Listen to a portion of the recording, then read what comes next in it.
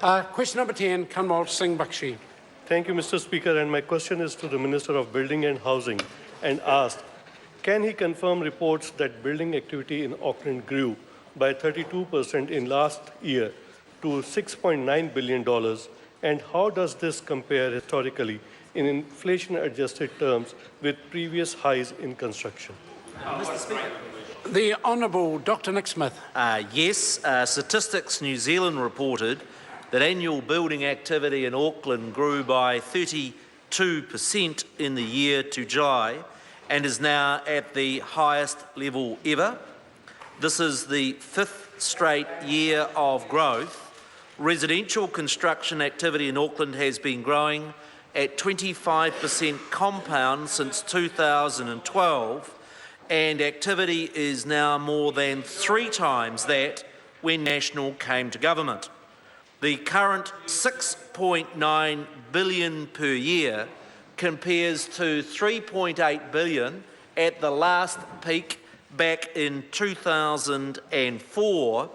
In inflation-adjusted terms, the current level of activity is 43% higher than the highest level in the last 25 years. Supplementary question, Kanwaljit Singh Bakshi. How does the current boom in building activity compare with that in 2004? Mr. Speaker. The Honourable Dr Nick Smith. The first difference I noted is that it's 40% higher in real value terms.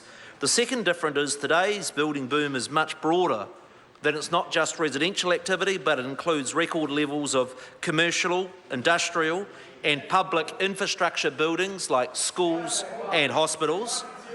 The third difference is that the number of dwellings built in 2004 was boosted by 5,000 apartments, many of which were as small as 30 square metres and were that next year banned.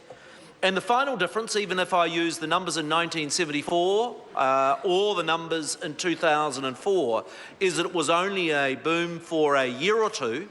We've had 5 straight years of growth of over 25% and projected to achieve over 13,000 homes per year in the next 3 years.